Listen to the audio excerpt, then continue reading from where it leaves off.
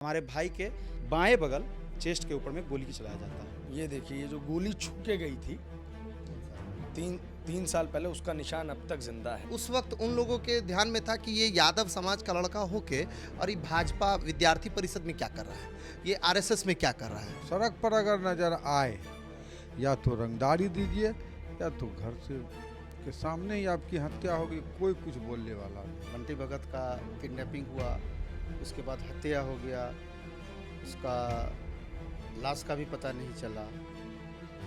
मैं उसके परिवार के साथ साथ ही था, जो आज तक पता नहीं चला बच्चा कहाँ गया नहीं गया। पप्पू यादव भी खुद रंगदारी लेके जाते थे कटिहार से। पप्पू यादव जी जी जी, कटिहार से आज भी रंगदारी उसके कार्यकर्ता ने वसूल रहे हैं। उस टाइम में जो सत्ता थी वो अपराधियों को संरक्षण दी। क्या उस संरक्षण की वजह से आपके दोस्त की जान चली गई?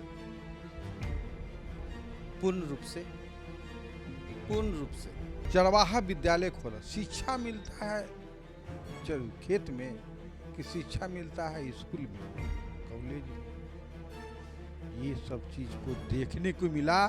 भैंसी चराइए, सुगर चराइए, अब पढ़िए क्या व्यवस्था थी। राजद वालों का ही हाथ था और आज वही कारण है कि 2022 में हम पे गोली चला। हमको कहीं से बचने का कोई ऑप्शन नजर नहीं आया। मैं इस वक्त कटिहार में हूं और कटिहार के जंगल राज के दौरान के दो प्रमुख कांड आपको बताना चाहता हूं। एक सोनी किडनैपिंग केस, एक मशहूर ज्वेलर हैं और उनके घर से किडनैपिंग हुई और उनके बच्चे को शायद मार दिया गया। और एक बंटी हत्याकांड, वो भी व्यापारी हैं, फर्टिलाइजर फैक्ट्री लगा रखी थी उन्होंने, उनके भी बच्चे का अपहरण हुआ और उनको मार दिया गया। ये सारी बातें तो पुरानी हैं। तेजस्वी जी बार बार तर्क देते हैं कि हम 2 बार बीच में और सरकार में आए हैं नीतीश चाचा के साथ, अगर हम जंगल राज करते थे तो हम तब क्यों नहीं कर पाए। आज मेरे साथ इन 17 और 18 महीने की सरकार में जिन लोगों के साथ जंगल राज जैसी घटनाओं की पुनरावृत्ति हुई वो लोग मौजूद हैं। उनके भीतर आज भी भय का माहौल है। यकीन मानिए, मुझे कई दिन लगे हैं इन लोगों तक पहुंचने में और इनको समझाने में कि आपकी बात देश तक पहुंचनी बेहद जरूरी है। और बड़ी बात यह है कि जिस बच्चे के साथ ये कांड हुआ है, जिस कांड के बारे में अभी आप जानेंगे, वो भी यादव परिवार से ही आते हैं। तो क्या है पूरा मामला, इस वीडियो के अंत तक बने रहिए, आपको पता चलेगा। हमारे साथ भाई साहब हैं। क्या हुआ था और किसके साथ हुआ था, पहले तो ये बताइए। हमारे भाई के साथ में घटना हुई थी, गोली लगा था उसे। गोली लगा था जी। ये जंगल राज वगैरह वाली जो टर्म दी जाती है, आप तो यादव हैं, मुझे ये बताइए, क्या लालू यादव का जो शासन था वो सच में जंगल राज था क्या? हमें तो यही लगता है। ये 17 महीना देखे हैं हम। इस 17 महीने में हमारे भाई के साथ जो घटना हुई है उससे तो हम यही जानते हैं कि 90 के दशक में जंगल राज ही रही होगी। अच्छा, क्या घटना हुई थी, थोड़ा सा हमें बताइए, क्या हुआ क्या था? 15 अगस्त 2022 को एक छोटी सी घटना घटती है। 2 गुटों में मारपीट होती है। 2 गुटों में मारपीट होने में एक गुट था यादव समुदाय का और एक गुट था ब्राह्मण समुदाय का। उन दोनों के बीच में मार होने के बाद उस केस में जहां तक कि हमारे भाई जो थे सौरभ, वो 15 अगस्त को थाना में ही थे। अच्छा, थाना में ही गए हुए थे, वहाँ पे उनको बुलाहटा हुई थी। तो वहाँ पे जो 15 अगस्त को जो झंडा तोलन होती है तो आम पब्लिक के साथ में लोग ठीक है, देश की खुशी मनाते हैं। उस खुशी के लिए वहाँ पे गया हुआ था, वहीं पे था। और क्या हुआ कि केस हुई, उस केस को लेकर, उस मैटर को लेकर केस हुई। केस होने के बाद जो है उसमें सौरभ का नाम इन्वॉल्व कर दिया गया। सौरभ का नाम और भी 3-4 केस, किसी में बस जलाने के क्रम में जो है उसमें भी नाम डाल दिया गया और बड़े अपराधी लोगों के साथ उनका नाम मर्ज कर दिया गया। मर्ज करने के बाद हम लोगों ने प्रशासनिक तौर पे फंसाने की कोशिश की गई। जी, और उसके बाद हम लोगों ने, हमारे पिताजी जो अभी यहाँ पे मतलब है नहीं, वो स्वर्गवासी हो गए हैं, वो लोग और हमारे बड़े भाई लोग सब कोई मिलकर हम लोग एसपी साहब के पास गुहार लगाएं कि इस केस में कहीं भी इनका इन्वॉल्वता नहीं है। तो उसके बाद क्या हुआ कि केस से जो है डीएसपी साहब की जांच हुई। जांच होने के बाद जो है उसे केस से निकाल दिया गया। बरी होने के बाद ये अनपच हो गया इन लोगों को। अनपच होने के बाद जो है 15 अक्टूबर 2022 को पुनः एक घटना घटती है और वो घटना शाम के समय घटती है, लगभग वही 7 बजे के आसपास घटती है। और उसमें जो है हमारे भाई के बाएं बगल चेस्ट के ऊपर में गोली चलाया जाता है। शायद वो गोली हम कंफर्म नहीं बोल सकते, लेकिन वो गोली जो है डॉक्टर लोग बताए थे तो शायद 315 का जो है गोली था। जो लोकल जी जी जी, शायद कंफर्म नहीं है। जी, वो गोली चलाई गई थी और हमारे भाई पे तो जानलेवा हमला थी। एक गोली फायर करने के बाद इसे जो है ये मतलब क्षति करके और उस पर जो है गोली और ज़्यादा गोली बरसाने की उसमें कोशिश थी, लेकिन वहाँ से जो है भाई मेरा भागते हुए चला आया और हम लोग जो है सबको इसको तुरंत लेके हॉस्पिटल पहुँचे।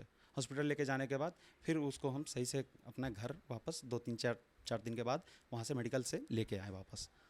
एक यादव का बच्चा अगर कुछ अच्छा कर रहा है या किसी और पॉलिटिकल पार्टी के साथ एफिलिएटेड है या छात्र राजनीति में, तब तो वो शायद बीजेपी वगैरह में नहीं थे ना? नहीं, तभी बीजेपी में नहीं थे, तभी बीपी में थे, छात्र संगठन। जी अखिल भारतीय विद्यार्थी परिषद में थे और आरएसएस के किसी भी कार्य में जैसे कि पद संचलन हो ये सब में जाना होता था। और वो जो है वो क्या बोलते हैं आरएसएस का ये वर्ग भी गए थे, एक आध बार वर्ग भी किए हुए हैं।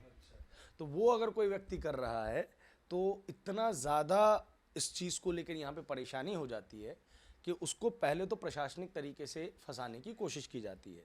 और ये वो लोग कर रहे हैं जो कॉन्स्टिट्यूशन बचाने की दुहाई देते हैं, ये वो लोग कर रहे हैं जो मुस्लिम और यादव की राजनीति करते हैं।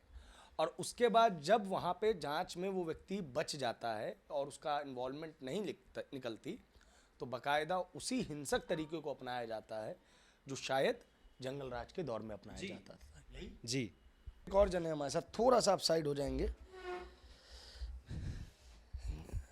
आपने भी पुराना दौर और ये 18 महीने और फिर 17 महीने का भी दौर देखा है पूरा का पूरा। मुझे ये बताइए, सबसे पहली बात, जंगल राज था या नहीं था? जंगल राज था, अच्छा, बिल्कुल था। कैसे आप कह रहे हैं जंगल राज था? उस समय मैं कॉलेज में था, हाँ, तो अभी का व्यवस्था और उस समय के व्यवस्था में बहुत बहुत मतलब आसमान ज़मीन का फ़र्क था। जैसे सबसे पहले आइए सड़क, बिजली, और ये लूटकांड, किडनैपिंग कांड जो आपने शुरू में बोला, वो बहुत ही अच्छा रूप में चलता था राजनीतिक दलों को द्वारा। अच्छा, कटिहार में क्या हुआ था ऐसा कुछ कि आप लोग कहते हैं कि वो दौर जंगल राज का था? उस दौर में मेरा पड़ोसी बंटी भगत, अच्छा, ठीक है, बंटी भगत का किडनैपिंग हुआ, उसके बाद हत्या हो गया, उसका लाश का भी पता नहीं चला। मैं उसके परिवार के साथ साथ ही था, जो आज तक पता नहीं चला बच्चा कहाँ गया नहीं गया। ये एक सीधा सीधी मेरे आंखों के सामने हुई घटना है। जिस दिन किडनैप हुआ, जिस रात को या दिन को, उस समय सावन का महीना था और वो उनके पिताजी विनोद भगत दिल्ली में थे। अच्छा, और ये कटिहार में था और हम लोग को रात में ही खोजबीन हुआ तो नहीं मिला कि कहीं लड़का बच्चा है, जवान है, कहीं होगा। लेकिन सुबह सुबह क्लियर हो गया कि किडनैप हुआ है, कुछ पैसे का डिमांड था। अच्छा, हाँ हाँ हाँ, बिल्कुल पैसे का डिमांड था, जिसमें सरकार, शासन प्रशासन बिल्कुल नाकाम रही। और 1 सप्ताह 10 दिन के बाद पता चला कि उसकी हत्या हो गई है। कुछ पकड़ाया भी था, वही क्लियर किया कि हत्या हो गई है। उसमें केस में प्रथम गवाह में ही था। अच्छा, देखिए ये उस 90 के दशक से लेके 2005 तक की कहानी इन्होंने बताई। क्या एक बंटी भगत के साथ ही ऐसा हुआ था या कटिहार की ज़मीन में ऐसी सैकड़ों कहानियां दफन हैं? ऐसी कहानियाँ दफन है, लेकिन ये बंटी कांड का तो मैं बताया ना, चश्मदीद गवाह ही बोल के लास्ट, अगर पारिवारिक दोस्त यार जान पहचान वाला में कोई उसको देखने वाला भी था ना, तो मैं ही था लास्ट। शायद 31 या 1 अगस्त होगा, 1 अगस्त होगा जो मैंने उसको देखा था उस दौर में। आपका नाम? मनोज लॉरेंस।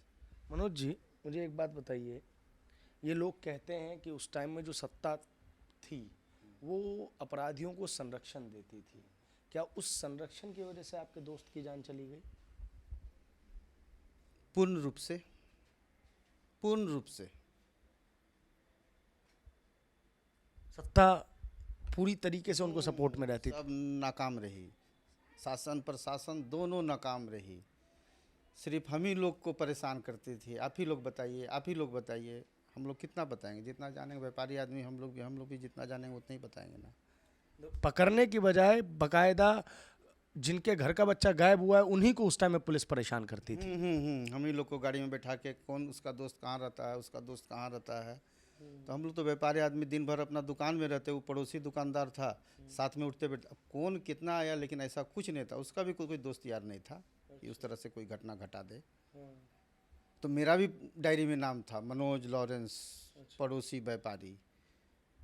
उस देखिए, रंगदारी के लिए एक जवान बच्चे की मौत हो गई, और सिर्फ इसलिए क्योंकि उसके जो पिताजी थे वो एक अच्छे व्यापारी थे, और उस व्यापारी से ये रंगदार जो है, अपराधी तत्व जो हैं, वो पैसा ऐंठ सकते थे। अब आपने वो कहानी तो बताई मुझे, ये जो तेजस्वी यादव जी का शासन आया, उसमें क्या वैसा समय लौटता हुआ आपको नजर आया? कुछ कुछ तो हम लोग को सुनने में आया खबर कि पूर्णिया में एक आध कांड ऐसा हुआ है उस दौर में, लेकिन तेजस्वी यादव का अगर राज्य आता है तो तेजस्वी यादव ही एक नया चेहरा है उस दल में। उसके बाद जो भी चेहरा है सब लालू जी का ही पुराना चेहरा है। अच्छा। है, आप भी जानते होंगे, ठीक है। वहाँ तो कोई परिवर्तन नहीं है, सिर्फ मामा हट के भगना लोग आ गया है, मामा लोग साइड में हैं, भगना लोग आ गए हैं, और जितना पुराने हैं उन साइड में सब पुराने भूतपूर्व में हैं। तो आपको लगता है कि बस चेहरा बदल दिया गया है, जो पीछे से कमांडिंग है वो फिर वही रहनी है अगर सरकार आ जाती है? हाँ। अभी बड़े भैया ने बोला ना, इंसान का नेचर और सिग्नेचर नहीं बदलता है। तो बदलने में सिर्फ ये दो भाई जो हैं, तेजस्वी और तेज प्रताप, यही दो चेहरा न्यू है हम लोग के लिए। लेकिन उनके पीछे जितना भी है सब तो ओल्ड इज गोल्ड वाला बात है। वो तो पुराने रूप में आएंगे ही, रूप दिखाएंगे ही, भले कितना भी आदमी राजनीति है, मैं आऊँगा तो ये करूँगा, मैं आऊँगा तो ये करूँगा, लेकिन आपको लग रहा है वो वापस जंगल राज का दौर लेके ही आ जाएंगे? जनता में ये डर समाया हुआ है, मैं अकेले क्या। हाँ। यहाँ पे वो भुक्तभोगी व्यक्ति भी हैं। पहले तो मुझे वो निशान दिखा दीजिए गोली का। ये देखिए, ये जो गोली छू के गई थी 3 साल बाद, 3 साल पहले, उसका निशान अब तक जिंदा है। बहुत कम हो गया, दवा लगा के इसको ठीक कर लिया गया है। क्यों हुआ आपके साथ ऐसा? क्या है भैया कि हम बता दें कि मेरा छात्र राजनीतिक जीवन जो है अखिल भारतीय विद्यार्थी परिषद में रहा है, और महज 2011-12 से हम अखिल भारतीय विद्यार्थी परिषद के सदस्य और कई सारे दायित्वों का निर्वहन भी हमने किया है। 2022 का वो समय था जब 1-1.5 महीना पहले ही राजद का सरकार बनी थी। तो जैसा कि आपको पता होगा कि ये बरमसिया यादव टोला है। अच्छा। और इस यादव टोला में गिने चुने ही लोग के घर में आपको भगवा ध्वज छत पे दिखेंगे। अब तो इसका संख्या लगभग बहुत बढ़ चुका है, बहुत ज़्यादा मात्रा में। लेकिन हम वो समय का बात बता रहे हैं 2022 का, कि जब सरकार बदली और राजद का सरकार आया।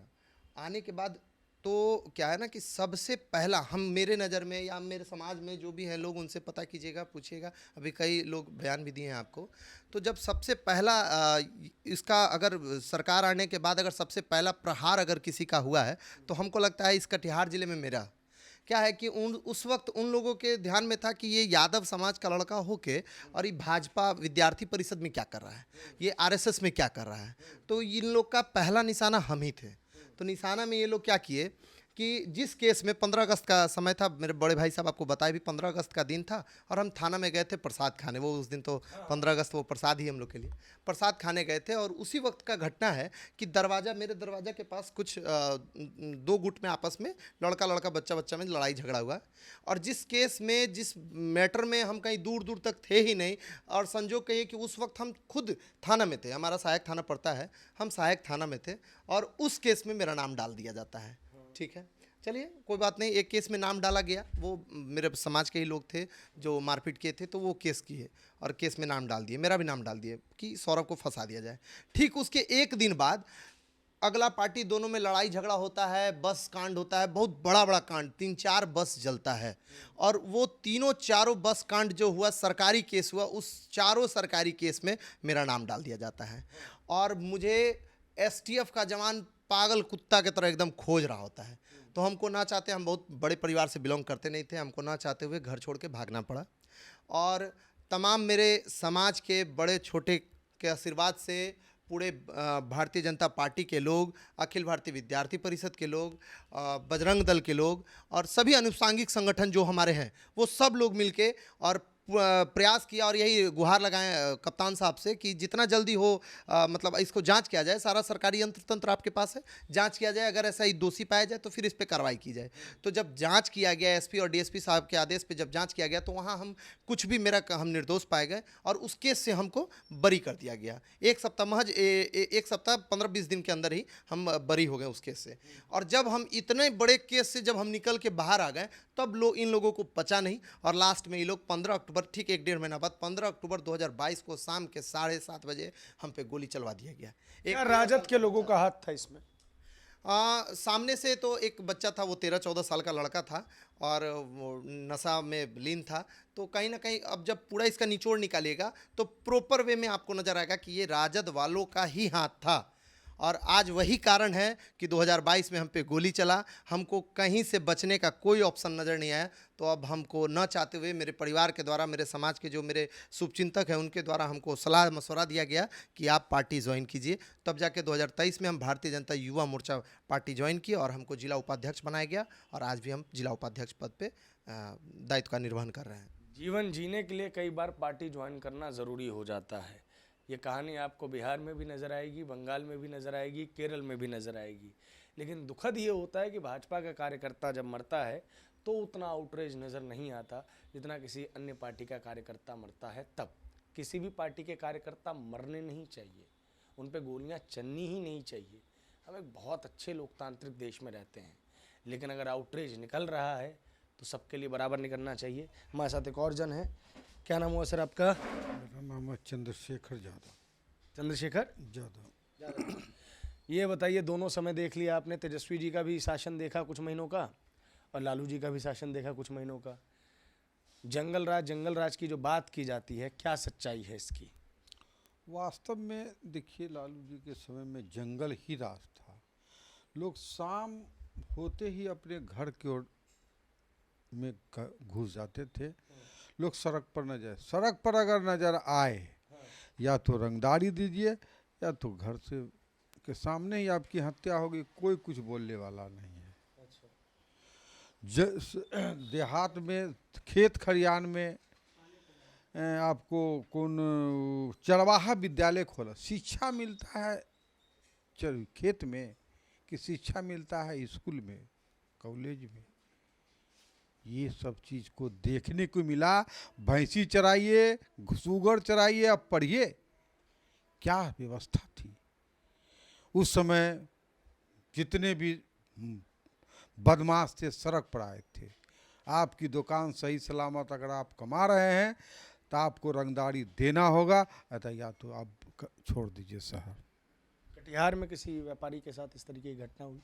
बहुत सारे व्यापारी के, पप्पू यादव भी खुद रंगदारी लेके जाते थे कटिहार से। पप्पू यादव? जी जी जी। अच्छा। कटिहार से आज भी रंगदारी उसके कार्यकर्ता ने वसूल रहे हैं। अभी तो सरकार में भी नहीं है। सरकार में नहीं है तो क्या हुआ? दमकता दमकतम 24 घंटा सब दिन दिखाएगी, चाहे आप सरकार में रहिए या न रहिए। पूर्णिया के हालत जाके देखिए, डॉक्टर के पीछे 500 रुपया था, अभी 700 रुपया कर दिया डॉक्टर। क्यों? आखिर इस चीज को हम लोग जब खोजते हैं तो विपक्ष को छटपट्टी लगता है। आप शिक्षा दीजिए ना, आप शिक्षा दीजिएगा खेत में, चरवाहा विद्यालय में चरवाहा खोलिएगा, खेत में भैंसी चराओ, सुगर चराओ और पढ़ो। ऐसा होता है क्या? आप पढ़े हैं क्या? ऐसा हम तो स्कूल गए थे पढ़ने। भैंसी के पीठ पर नहीं पढ़े हैं? नहीं पढ़े। तो भैंसी पर क्या पढ़िएगा? दूसरा खेत चराने के लिए? नहीं, हमको आप जो अब बात बता रहे थे रंगदारी का, क्या आलम था उस टाइम में रंगदारी का कटिहार वगैरह में? रंगदारी में चरण पप्पू यादव के लोगों और पप्पू यादव सिंह आके रंगदारी मरवाड़ी भाई से लेते थे, जो आज के डेट में ये माननीय अशोक अग्रवाल जी बंद करवाया है। अच्छा, अशोक जी बंद करवा दिए? जी, नहीं तो यहाँ के मरवाड़ी कटिहार छोड़ के विवश हो गए थे कहाँ जाने के लिए, राजस्थान जाने के लिए। ये उस दौर की बात बता रहे हैं जब लालू जी का शासन था, राबड़ी जी का शासन था। खुले लंगा नाच किया जाता था और सबसे ज़्यादा जो उनके सहयोगी थे, ये ज़्यादा भी नहीं, उनके सहयोगी जितना थे लंगा नाच करते थे और बचाने का काम किया जाता। लालू यादव के शरण में अपराधी शरण उसके घर के अंदर रहता था। मैंने वे सब चीज़ देखा है कटिहार में। और राम प्रकाश महतो स्वयं अपराधी है, जो कटिहार के हैं, वे गुंडा पालते थे अपने घर पर। राम प्रकाश बाबू कौन है? राम प्रकाश महतो पूर्व शिक्षा मंत्री, वे स्वयं गुंडा पालते थे और लोगों को हत्या कराते थे कटिहार में। हमको एक बात बताइए, ये जो बीच में नीतीश बाबू के साथ तेजस्वी जी आए थे सरकार में, उस दौरान कैसा माहौल था? क्या लगा कि वो चीज़ आ सकती है दोबारा, या आपकी सब बदल गया है, सुधर गए सब? देखिए, बोलने के तो बहुत बड़ा बात है, चरित्र अपना किसी भी व्यक्ति का नहीं बदल सकता है। आप सत्ता से बाहर रहिए या सत्ता में रहिए, और सत्ता के आने का प्रयास कब तक झूठ बोल के कब तक सत्ता में आइएगा आप? जो अभी जनता को मिल रही है वे सुविधा आप दिए। आज गैस मिल रहा है, आज उसको 10,000 रुपया मिला, 1100 रुपया पेंशन है, इंदिरा आवास है, गैस, बहुत सारा की सरकार आपको सुविधा दे दी है। अब सुरक्षा सिंगा में खुलेआम अभी पब्लिक घूम रही है। आप 12 बजे रात में आइए, 2 बजे रात में आइए। अगर आपको भय महसूस हो रहा है 112 को कॉल कीजिए, आपको घर तक पहुंचा देगी। अब क्या चाहिए? क्या अभी भी रंगदार उसी तरीके से एक्टिव हैं जैसे पहले? रंगदार को तो रंगदारी निकल चुका है। अच्छा, एक भी रंगदार अगर रोड पर आएगा तो बिना गोली खाए प्रशासन का नहीं जाएगा। सरकार अगर बदल गई तो? सरकार बदली तो वही लंगा नाच होगा। हम लोग घर के अंदर में रहेंगे, सबका माँ बहन रोड पर रहेगा, इज्जत लुटाएगा। लेकिन आप तो यादव हैं, आपको भी दिक्कत होगी। यादव होने से नहीं होगा। यादव होता भगवान होता है क्या? यादव कृष्ण वंशज हो गए आप, भगवान हो गए पृथ्वी पर? नहीं हो गए। आप मानव है, आप मानव है, मानव की तरह रहना होगा। और कहिएगा हम यादव हैं तो सबसे शेर हैं। अभी फेसबुक पर देखते होंगे, यादव, मैं यादव हूँ। यादव किसी से नहीं डरता। डरना तो होगा, डरना होगा। कोई रियायत नहीं कोई मिलेगी। भी अपराधी आएगा, आपको डरना होगा। या आप यादव रहिए या आप पहलवान रहिए, डरना तो होगा। देखिए, जिस शासन को झूठा बताने की कोशिश बार बार की जाती है, उस शासन का डर अभी भी इतना है कि अगर सरकार बदल जाएगी तो ये कह रहे हैं कि इनको घर में छुपना पड़ेगा। बहरहाल इस रिपोर्ट में इतना ही। मैं कोशिश करूंगा कि आपको जंगल राज के विक्टिम से मिलवाऊं, ताकि आप तक सारी इन्फॉर्मेशन फर्स्ट हैंड पहुंच चुके। तमाम कोशिश की है, लेकिन अभी भी वो परिवार इतना भय में है कि वो बोलना नहीं चाहता उन सभी विषयों पे। लेकिन आज हमने आपको एक गवाह से मिलवाया और उस दौर को देखे हुए लोगों से मिलवाया। इस वीडियो पर आपकी जो भी प्रतिक्रिया हो कमेंट बॉक्स में ज़रूर बताएं, सुझाव भी दें। कैमरे के पीछे विक्की, मेरा नाम है प्रभात रंजन मिश्रा। आप देख रहे हैं द पैम्पलेट की बिहार चुनाव यात्रा।